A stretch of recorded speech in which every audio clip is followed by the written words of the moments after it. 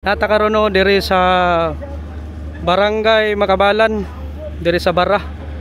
Nakita nato diri ang kanawong bridge muna ang bridge sa Puntod Bridge. Na diri sa Atbang na ay putol nga tulay diri. Muning gitawag nga Bunbon Makabalan Bridge, wa pa na human Dugay na daw kani. Mga more than 5 years na ni gikan sa pagsugod, wa pa na human. Kanang Atbang ra muna ang Barangay Bunbon. So karon muna ning ang update diri sa tulay. Ila nang kinahinay construct nara may mga water lily diri Mo ni siya Mo ni ang update karon diri sa Bara Barangay Makabalan. Napoy mosque diri Adira mosque.